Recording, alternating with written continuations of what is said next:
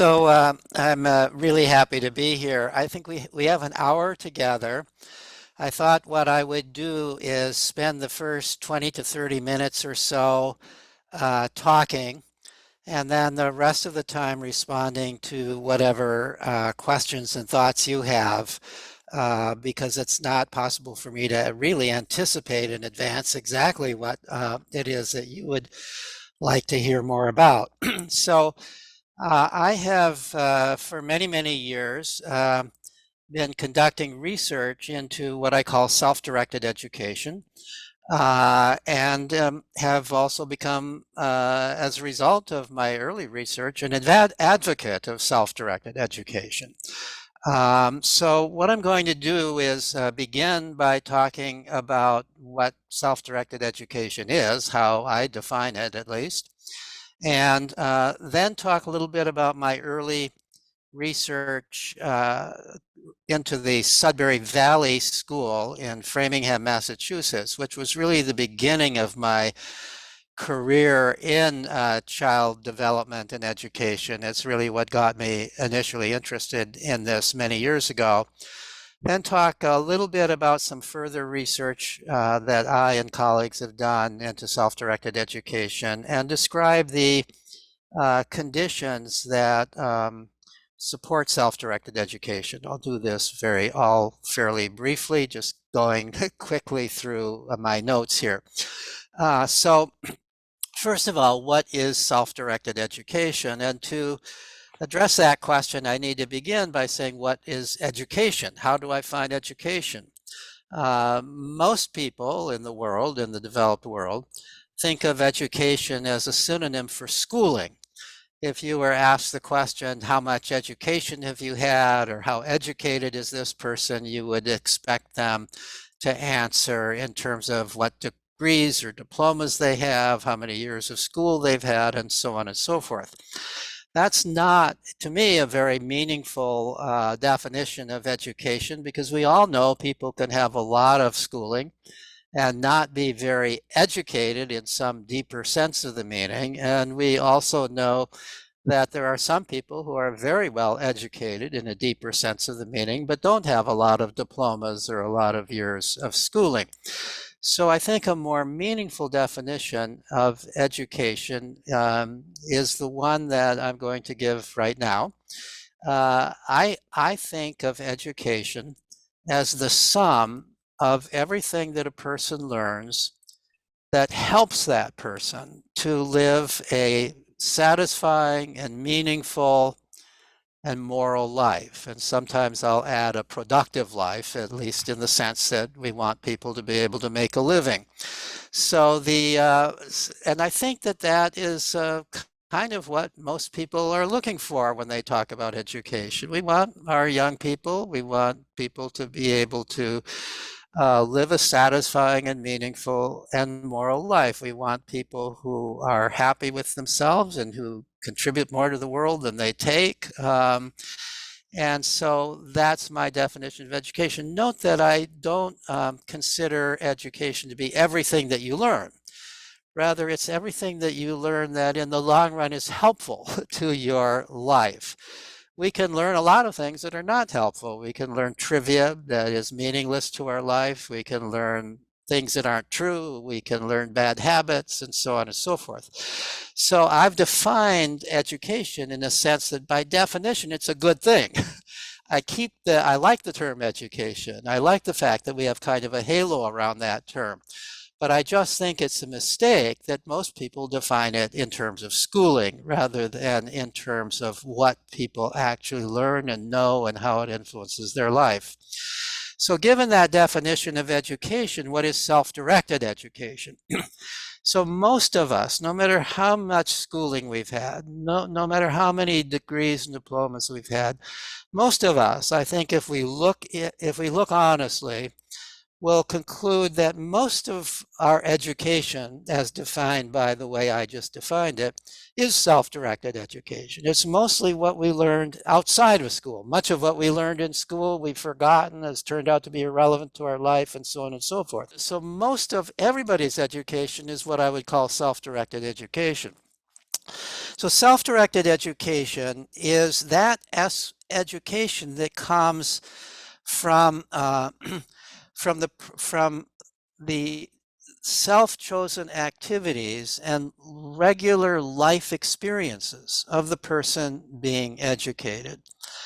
It is it is it may involve formal courses, but if it does, those courses were deliberately chosen, not imposed upon the person who is being educated. So I would contrast self-directed education with imposed schooling. Imposed schooling is schooling, training, lessons, and all of that you didn't choose, that was forced upon you, and that typically was motivated by rewards and punishments rather than by intrinsic interest, rather than by your own actual interest. So I think it should be fairly clear what I mean by self-directed education and how that differs from imposed schooling. So I got interested in this many years ago, really several decades ago, when my own son was rebelling in school. He was 9 years old at the time and had been fighting the school system ever since he was in kindergarten. And we finally found that we had to, he was a very determined person, and he made it very clear he was going to continue rebelling in school and making life worse and worse for the teachers in school. That we got tired of being called in by the teachers and the super principal at the school to complain about our son, and kind of believed that it must be partly our fault, his mother's and mine. So we finally decided we have to be on the side of our son. We have to take him out of that school. And we found this very radically alternative school, only a couple miles from our home, within walking distance of our son, who was 9 at the time, called the Sudbury Valley School. And my son, when we visited the school, he said, you know, if this is true, if this is not a mirage, this is what a school should be. And so we enrolled him there. And both his mother and I were very happy that he was now happy. The life returned to him that had been sort of drained by the school. And we were very happy that he was happy, and he was clearly learning. But frankly, I at that time was concerned. This is such a different kind of school from what we usually think of as school. I was worried that it might impede his future in some way. Well, maybe he would be happy there, maybe he would learn things, but suppose he wanted a career that required going to college. Would he be able to go to college, to university, or not? Clearly, they're not taking courses at this school of the kind that normally you think of you have to take to go on to university. So I was concerned about that. I was a little concerned about, I wondered, you know, in a self-directed education, do they all grow up to be artists and musicians, sometimes starving or sometimes living in their parents' basements? How do they get interested in anything else? You know, so these were concerns I had, and they're not unlike the concerns that probably most parents would have, even today, who are considering such schooling. So I began to ask about the graduates of the school. The school at that time had already been in existence long enough that there were some graduates of the school. There were, in fact, about 80 such graduates, maybe even a little bit more, maybe 90, I forget exact number, who had gone on to life. And some of them, even about a quarter of that group, had done all of what would be their kindergarten through high school education elsewhere, had done it there. They had never been to a traditional school. And so I got these stories, and there were some very interesting stories of what seemed to be success. But being a scientist, I was concerned, well, maybe these are cherry-picked stories. Maybe these are the stars of the graduates, and then maybe there's some others who are homeless and not doing well out there, and I'm just not hearing about them. So I wanted to do so I ended up doing a formal study of the graduates. Now, before I go on, I should say a little bit more about the school itself. So, this is a school. It's certified as a school, so the children are not truant for going there. But the only thing that's similar between it and other schools is there's a bunch of kids there who range in age from 4 to late teenage years, roughly the years, school age years, anyplace else. And there are some adult staff members there. The adults don't call themselves teachers because they don't believe they do any more teaching than anybody else at the school. They don't regard themselves as responsible for the children's education. They simply regard themselves as the responsible adults. They're caring for people, making sure that things are safe enough, doing the things that adults have to do with regard to administration of the school and keeping the school in good standing with the town that was necessary in order to keep it certified, and so on and so forth. The children are not segregated by age. They're free to mix across age. They're free to go anywhere they want within the building and outside of the building at any time. The basic idea is that there are a lot of things you can do, but nobody's telling you what you have to do. There are no academic requirements at the school. The school operates by a democratic process through the school meeting, and the school meeting meets once a week, and everybody who's either a student or a staff member has one vote at the school meeting. At the time that I did my study, there were about 60 students and 5 or 6 staff members. Later on, the school grew to much larger. There was at one time 200 students and 7 staff members. So the students greatly outnumber the staff. Now it's less than that. I don't even know exactly what it is, but there's been a decline because of COVID, and it hasn't grown back up again. So that's the way the school operates. If you were to visit the school at any given time, knowing that it's only a school, that it is only knowing that it's a school, you would assume that it must be recess time. This would be true whenever you visited the school, because the kids are doing what you would expect kids to do when they're free to do what they want to do. They're playing, they're exploring, they're hanging out and talking to one another. You might see somebody reading a book, but it's not likely to be a school type book. It's just a book that they're interested in. You might see somebody strumming on a guitar. You might see people listening to music. See people in the art room. That's what you would see. You would see exactly what you would expect to see when kids are free to do what they want. Maybe you would see somebody who looks like they're studying a math book, and if you inquired further, you might find out that they're preparing themselves to take the math SAT test, which in the United States is part of the requirement for admission to certain selective colleges. So you might see that. You might see a small group meeting in what they would call a course. Courses get started only when a group of students want one. And typically they could talk a staff member into leading it if they want the staff member to lead it. It only lasts as long as the students want it. There's plenty of things to do at the school. There's the tools for educating yourself. There's lots of books, there's computers, there's sporting equipment, there's woodworking equipment, there's a fully equipped kitchen, there's art equipment, and so on and so forth. Lots of things to do, but no requirement to do any of it. If you want, you could just sit there all day and do nothing. Sometimes there are new students who are teenagers who are kind of burned out, and for some period of time they do sit there and by all appearances do nothing, and nobody tries to get them to do something, at least not the staff members. They believe that boredom itself is going to stir them to finally do something. And they also have the belief that it's kind of impossible to do nothing. And so that kid who's just sitting there, something's going on in their head, and let's not disturb it. Let's let them figure out what it is that they want to do or need to do.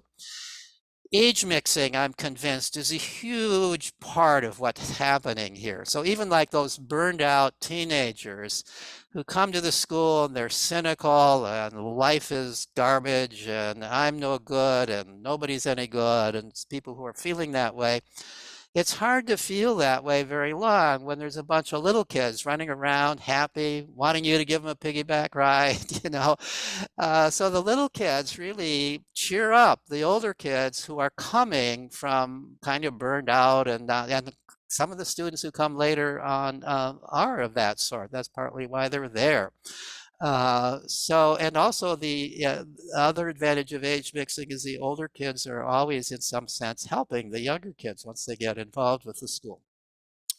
All right, so on to my study of the graduates of the school. What with the help of a part-time staff member, David Chanoff, who was a co-author on this study, we found most of the graduates. We've managed to locate most of them, and most of them that we could locate responded to our very long survey. And in that survey, we asked them about their life since graduating. Did they go to higher education or not? And if so, why? And if not, why not? We asked them about their careers. We asked them about their memories of being in the school. What kinds of things did you do? What did you play at? What were the kinds of things you enjoyed playing at the school? We also asked them for their kind of personal summary evaluation of the school. Are you happy or not happy that you went to such a school? Actually, they could respond very happy, somewhat happy, not neither happy nor or not, or somewhat unhappy or very unhappy. It turned out that all of them, and there were about 70 who in this group, all of them said either very happy or happy. Most of them actually said very happy. There was nobody in that particular group, at least. I can't say there's never been a graduate from the school who wasn't happy to have gone there. I don't know. But in that group, they were all of them who had left the school at graduation age were very happy that they were either very happy or at least happy that they had been there. So it turned out that my fears that they were all going to be artists and musicians not making a living or living in their parents' basement, I could relax about that. They seemed to all be making a living. They had careers in the whole range that we value in our society. There were even some academicians. There was a mathematician in the group, a professor of mathematics. There were a couple of other scientists. There were people in human services of one sort or another. There had people who had started their own businesses, including one who was ahead at a very young age in his 20s of a multi-million-dollar business. I shouldn't say for sure it was multi-million dollars, but it was a business that was making a lot of money.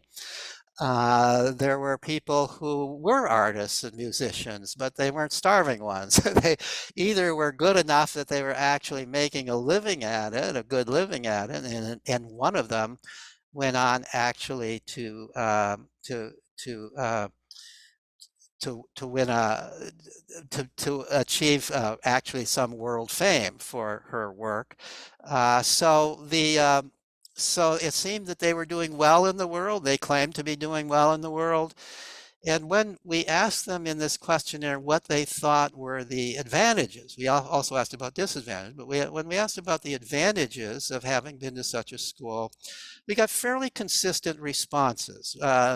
One advantage was they enjoyed their childhood. I just had fun there. That was important. You know, childhood all for itself, that's a big part of life, and it's a good thing to have a happy childhood.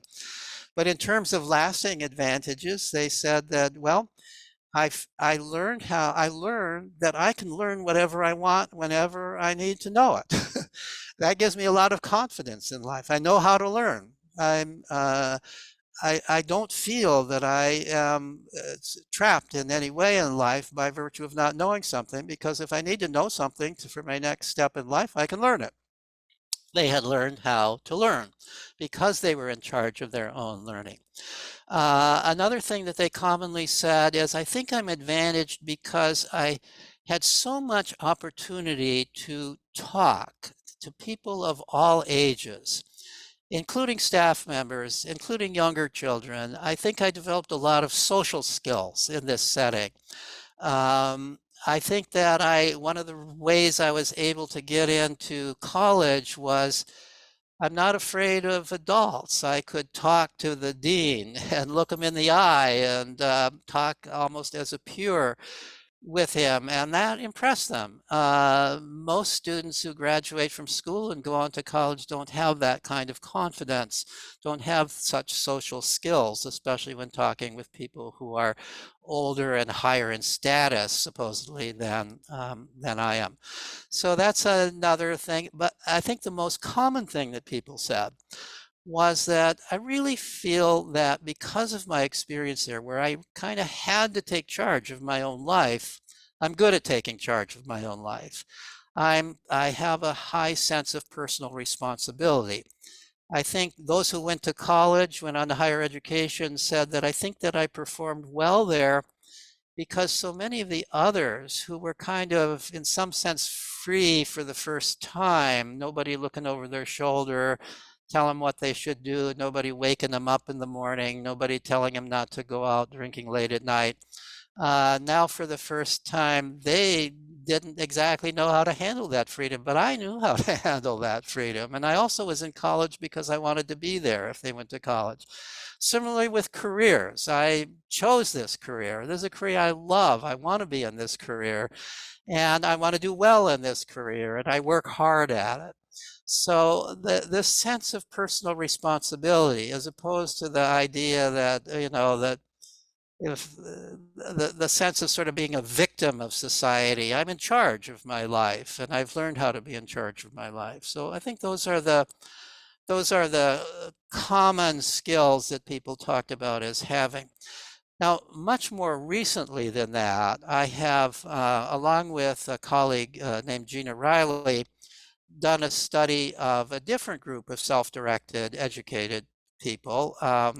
These are grown unschoolers. So unschoolers are people who are homeschoolers, they're home educated, but home educated in families where the parents are not telling them what to learn or how to learn. They're not giving them any kind of formal curriculum, but rather are supporting their children's own interests. And they are also doing things to help connect the child, especially when the child is young and needs such help, to the external world. So they're not, home education or homeschooling is kind of a misnomer because they're not just at home. They're out there in the community, meeting other people and doing things and so on and so forth. So there are many more unschoolers in the United States than there are people going to democratic schools like the Sudbury Valley. There are now many other schools modeled after the Sudbury Valley, but they're all relatively small. And homeschooling is a big movement in the United States. There's a lot of homeschoolers. At this point, something like 11% of school-age children in the United States are being homeschooled. And a growing number of them are being homeschooled in a way that involves their self-directed education. In some cases, entirely their self-directed education, and that's when it becomes called unschooling. So our study of grown unschoolers excuse me, produced results very similar to my previous study of graduates of the Sudbury Valley School. They were in careers that they like to do.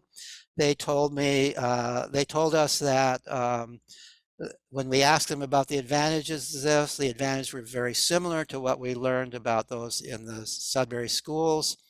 I have to say, however, that whereas with the study of Sudbury Valley graduates, we could be pretty confident that this characterized all the graduates, or at least most of them, because we had a very high response rate. We could identify them. with unschoolers, the only way we could get a sample of unschoolers, since there's no list of them anyplace, was to ask for volunteers.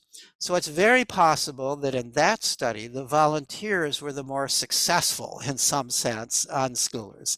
You're not likely to volunteer for such a study if you're not really kind of proud of your life. So I can't say that that study represents all unschoolers, but what I can say is that here was a group of 75 unschoolers who were doing very well in the world. So it tells us that unschooling is, at least in some conditions, compatible with doing very well in the world.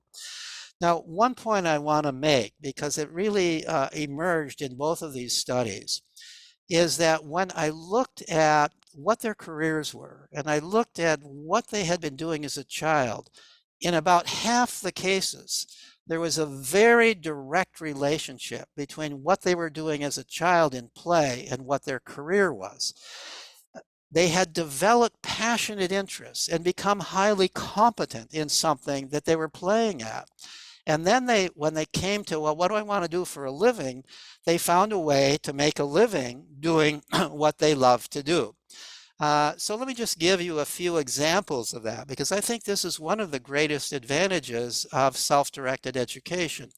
There are so many people in our society who are unhappy in their career because they really didn't know what they like to do. And so they went into a career and only discovered later, I really don't like being a doctor, or I don't really like being a lawyer, or my God, being a vice president of businesses, this is boring as hell. So people go into careers that they don't really know what that career entails, but they've invested a lot of money and schooling to do it, and then they're in some sense kind of locked into it, or at least they have to admit, well, that was a waste, and so let me now do something different. But these people were happy in their careers. So let me give you just a few examples to give you a taste of this. So among the Sudbury Valley graduates, one of the young women in the sample was a pattern maker in the high fashion dress industry. She was very well paid. She was head of her department. This is a person who, as a girl, like a lot of girls, played with dolls and began to make clothes for her dolls. And then as she got a little bit older, she began to make her own clothes. And then she began to make clothes for her friends. By the time she graduated from Sudbury Valley, by the time she left, she was very skilled at creating patterns, designing new kinds of clothes, very motivated about it. She was well on her way to what became her dream career. There was another young woman who was captain of a cruise ship. She's a person who loved boats. As for whatever reason, she liked to play with boats when she was young, and played with boats on the pond that's on the school ground. By the time she was a teenager, she made use of the fact that, at least at that time, you didn't have to be at the school all the time. You could take days or even weeks off and educate yourself someplace else. So she apprenticed herself to a ship captain on Cape Cod, not all that far from the school. And by the time she left the school, she was well on her way to her dream job of being a ship captain herself. There was another person who, at the time of our study, a young man, who was a machinist, but really more than a machinist, he was an inventor. He was the kind of person you would go to if you needed to build a machine that nobody had ever built before. And he was making a good living and doing what he loved to do. And he was a person who, as a kid, was always involved, or most of the time involved, in constructive play, building things, taking things apart, putting them back together. He loved to do this. And so he was in his dream job. Now, just to show that some of them became academicians, one of the graduates at that time he was a graduate student in mathematics at a prestigious college, MIT, in the United States. But subsequently, he became a professor of mathematics.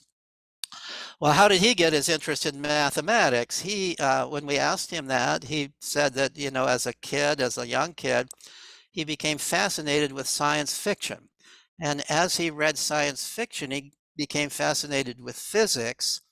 And he also realized that a good science fiction is a story in which you modify one aspect of reality, and then you have to figure out what else has to change if you modify this aspect of reality. And at some point, he came to understand, still as a kid, that that's what mathematics is all about. And he was really totally self-trained in mathematics. Even though the founder of the school, Daniel Greenberg, knew a lot of mathematics, I asked Danny Greenberg, so did you teach math to him? He said, no, maybe once in a while he would come to me with some idea he had and try it out on me. But maybe we spent in the entire time he was there a couple of hours talking about mathematics. He was really entirely self-trained in mathematics. Uh, and then he went on because he wanted more formal training and graduate in school in mathematics. So those are some examples. And among the unschoolers, there was one who, at the age of 20, he was already well on route to his dream career. He wanted to be a movie producer. By age 20, he was an assistant to a movie producer in Hollywood.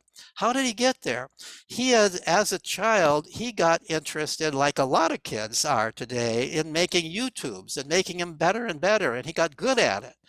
And then there was a point where a major film company was making a movie in his city, and he got in contact with them. He showed them some of his YouTubes. And he said, I'd like to help out. I'll volunteer. I'd like to help out. And so they brought him in, and they were so impressed with the way he was able to help them that by the time he was 18 at that time, they said, if you want a job with us, come. And he went off, and so he's 20 years old. This is the time when most kids are still completely uncertain what they really want in life, but he knew what he wanted in life, and he knew how to get it. And then here's another story that I really like. So this is a person who, as a kid, developed three passionate interests. One was nature. He loved hiking in the woods. He loved the woods. He loved nature. The second was photography. By the age of 15, he was already making some money as a photographer.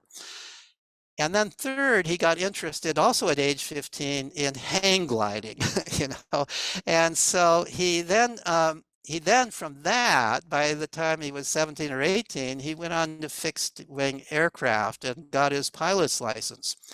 At the age of 21, which was when we did the study, he was making a living, a fairly good living, as an aerial nature photographer, combined all three of his interests. He was taking these beautiful artistic photographs from the air of natural systems. I actually looked up his website, and they're actually quite beautiful.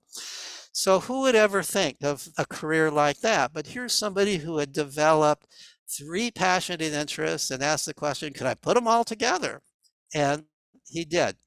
One of the things that I think that we often forget is that, there are a lot of careers that nobody ever heard of. If you're just going to school and not really living life, you wouldn't even have any idea what these careers are. And especially if you are just kind of thinking of the sorts of careers that seem to be talked about in school, you're not aware of these choices. So I think that's another big advantage of self-directed education. So I want finally I'm going to do this fairly quickly because I want to leave plenty of time for questions and discussion, but I want finally to list what I think are the conditions that optimize the opportunity for self-directed education. And I'll go through this very quickly. I'm told that you may already have seen this list. But the first condition is the social expectation and reality that education is children's responsibility.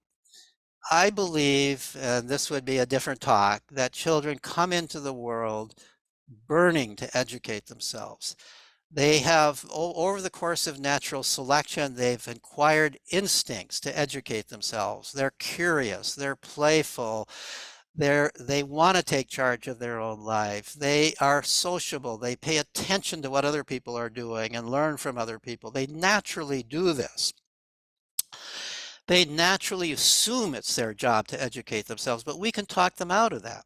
If we keep telling them that the way you become educated is by not doing what you want to do, but by doing what we want you to do, what you need to do in school, we can convince them that they're not in charge of their own education and they give up that responsibility. So at a Sudbury school or in a good unschooling environment, nobody's pretending that they're educating the child. Nobody's pretending that they know more than the child knows about what the child has to learn. So that's the first characteristic. The second characteristic is unlimited freedom to play and explore and pursue your own interests. You really need lots of time for this. You can't just have an hour a day or 2 hours a day for play. You need essentially all day for play and exploration because you need time to dabble in this and time to dabble in that. You need time to get bored and overcome boredom. You need time once you've discovered something that you really like to do. You need to be allowed to immerse yourself into that, not have to move every hour because a bell is telling you that this time is up and now you have to do something else. You know, that kid who became an inventor, he talked about spending long days, wanting to spend all night if he could, staying at the school, building the things that he was building at the school. He talked about months involved in particular projects. You know, in another setting, people would say, well, don't you think you should be doing something else? In this setting, no, he was allowed to do what he wanted to do. Nobody was interrupting him. So that's this freedom to explore and play and pursue your own interests. You need a lot of time for it. The third characteristic is opportunity to play with the tools of the culture. In order to become educated within any given culture, you need access to the tools of the culture. And this, in our society today, of course, the primary tool is the computer. But other tools are books, they are cooking equipment. Different people want different tools. They want to be able to, what I mean by play with those tools is do your own thing with them. Be creative with them.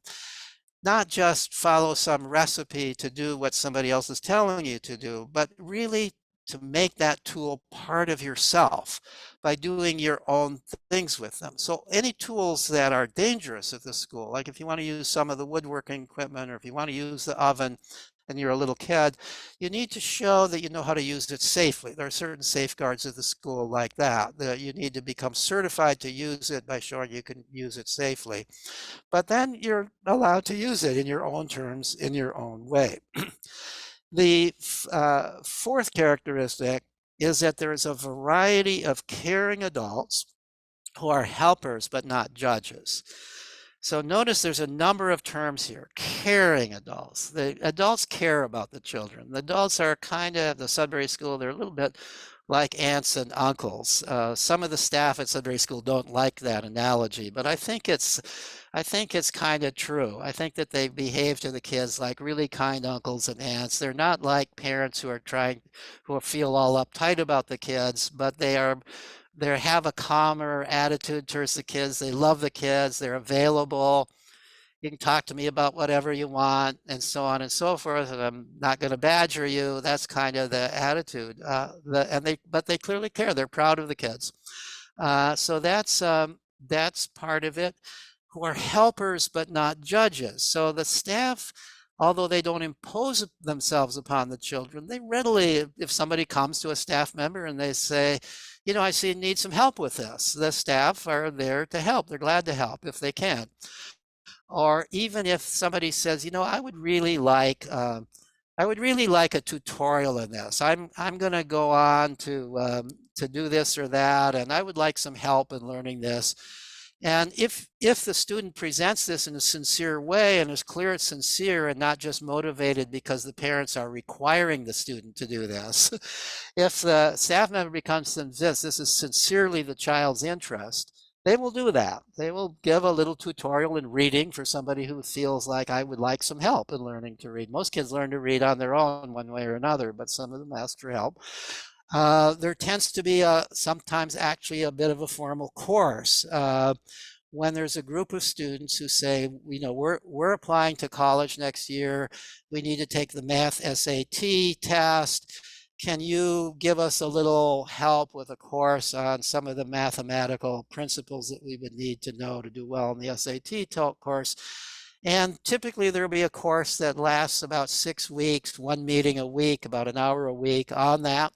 And that seems to be sufficient for them to do well, given that they're also doing work on their own to prepare themselves for that. So the staff members are glad to help, but they're not judges.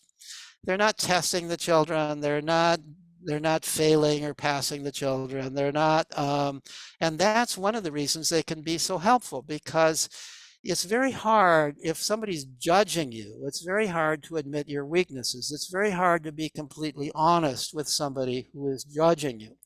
So by being in this position of non-judgmental, there's much more real and honest interactions and relationships between the staff and the students.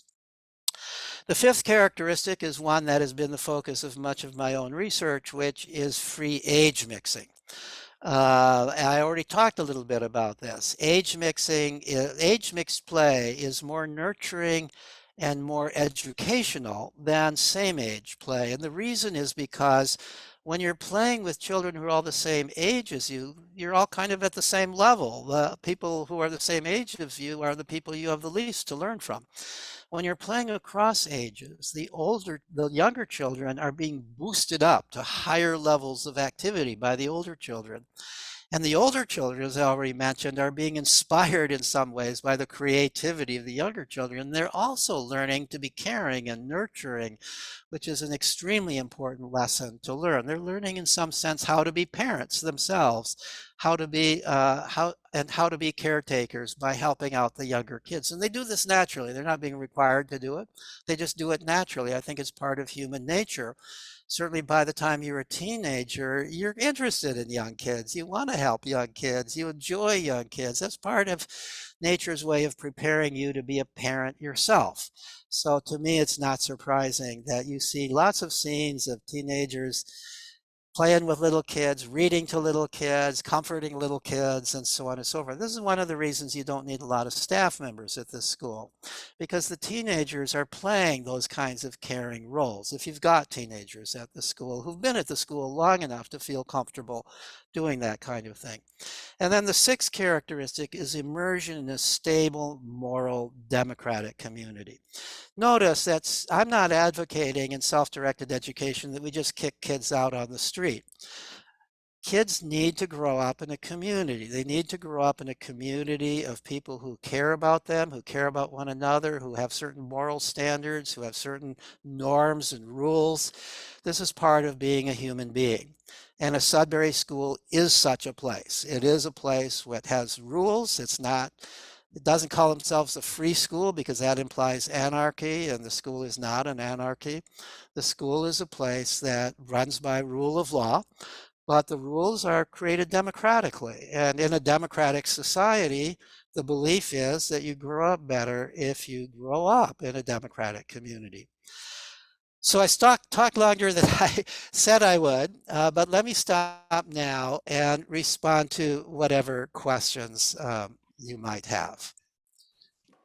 Thank you so much, Peter. I loved actually that you talked so long, because I got so many new insights, especially when you talked about the people that graduated from Sudbury Valley School and about their, things that they played at and how they combined those things.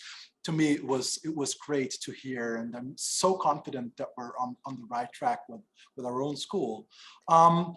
The thing here is we're a bar camp. A bar camp is a kind of an unconference, so people bring their own topics. So you're actually the only topic that has been, or the only person that has been pre-planned, like to the bar camp.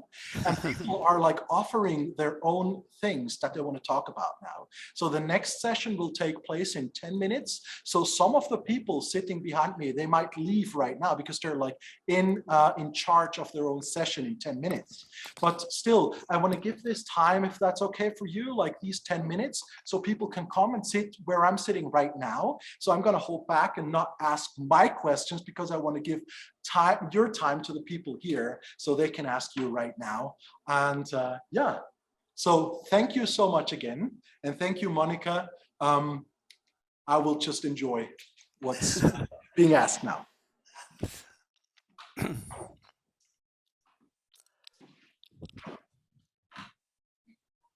Hi, Pete. Hi. Thank you. I got these questions. How you said that it's important for the kids to get bored. How do kids in this time get bored with all the new technologies? You know, that's a good question, and I don't actually know the answer. I think that at the time I did the study, this was before this new technology. This was a while ago, and there were kids who looked bored. It is true. It's harder to be bored these days because you could do these kinds of things. I think it's still true. I don't know that. I don't.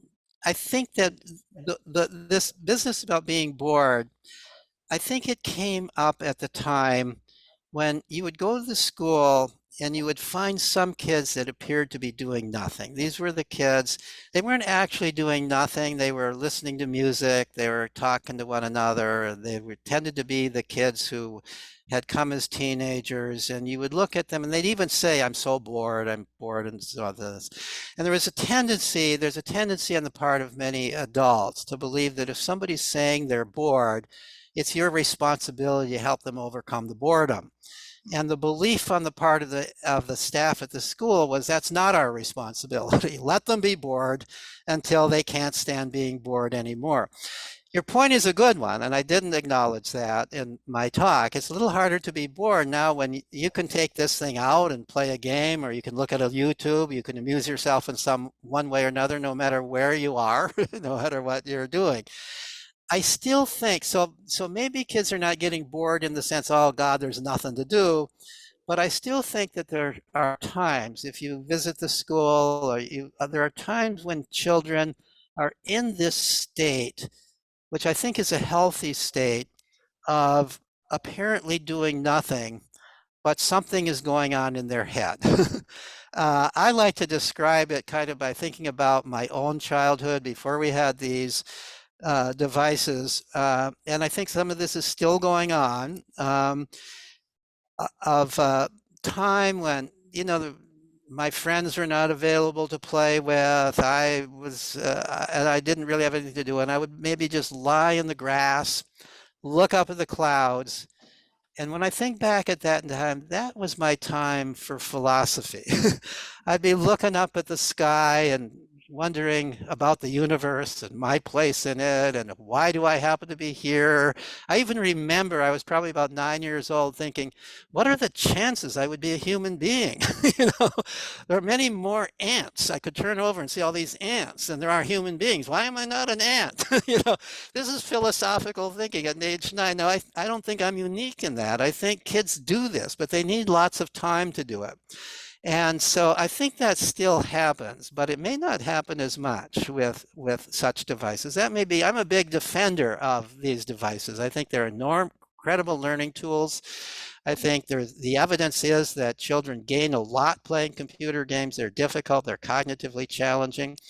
I think in a world where it's hard to make direct contact with other kids, at least in the United States, because we deprive them of the opportunity to go out into public spaces without our watching them all the time, that social media is how kids connect, and I think that's valuable. But on the other hand, I don't have a good answer to your question that it may reduce the amount of time in which you are just bored and thinking philosophically. Thank you. I have another question. I'm working with young adults, and you said like in regular schools, yeah, often the natural interest is, I don't know how to explain, is put out of the kids, of the young kids. How, or is it possible to gain new interests with with these kids, and how? Even as when you're already an adult, how do you Yeah, exactly, young adult. I'll tell you something that I used to do. I don't know if how well this answers your question, but When I was still teaching at Boston College and advising students, and students would come in for advisement, I would commonly ask them a couple of questions. And one of the questions I would ask them was, and I remember even sometimes there'd be a group of students there, all present in advisement week, and I'd ask each one of them, so what do you think you want to do as when you graduate from Boston College? What kind of career do you think you want? And so one of them might say, well, I want to be a doctor. And another might say, well, I want to work in business. I want to be a business executive. And somebody else might say, I want to be a lawyer, and so on. So they all tended to choose highfalutin careers like that. And then quite independently of that, I would ask them, so when you have free time, to the degree that you have free time, what do you like to do? What really brings you pleasure in this world? And I might find that the one who said that she wanted to be a doctor would say, you know, I really like little kids. I like to be around little kids. And the one who wants to be a lawyer would say something like, well, you know, I like being in the woods. And I enjoy camping, I enjoy nature. And the one who wanted to start a business might say, you know, I like building things. I like to put things together. And so then I might turn around and I say, so you said you wanted to be a lawyer, but you said you really love little kids. Why don't you want to work with little kids? Why don't you want to be a daycare center director? The one who wants to be a doctor, I forget which one was which here, so I'm mixing them up probably. I said, I like being out in the woods. And I would say, well, why don't you want to be a forest ranger? And the one who likes to build, I said, well, why don't you want to be a carpenter? What I was pointing out to them is that they had all chosen careers on the grounds that these are highly prestigious careers and could possibly earn a lot of money, not on the grounds that they enjoyed them. And I was trying to get them to think about that. Maybe you would live a happier life if you pursued a career that might not be ranked as high on the prestige category among the group of people that you grew up with, but maybe would be much happier for you. You're going to spend your whole life doing this, perhaps, or a good share of your life. It better be something you really like to do. So even though they didn't have a lot of free time, they had some free time. And I think it was useful to get them to try to think about the relationship between what they did in their free time and what they might do as a career, so that they would enjoy their adult life and not just plow through it doing things that they don't like to do, where money is the only reward, or money and prestige is the only reward. I think one of the characteristics of people growing up in self-directed education is they continue to be intrinsically motivated more than extrinsically motivated. They want to earn enough money to live comfortably enough, but they don't care about earning more money than that. They don't care so much about prestige.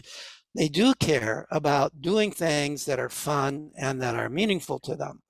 And so if we can orient people, regardless of what education they've had in the past, in that direction, I think it's helpful. So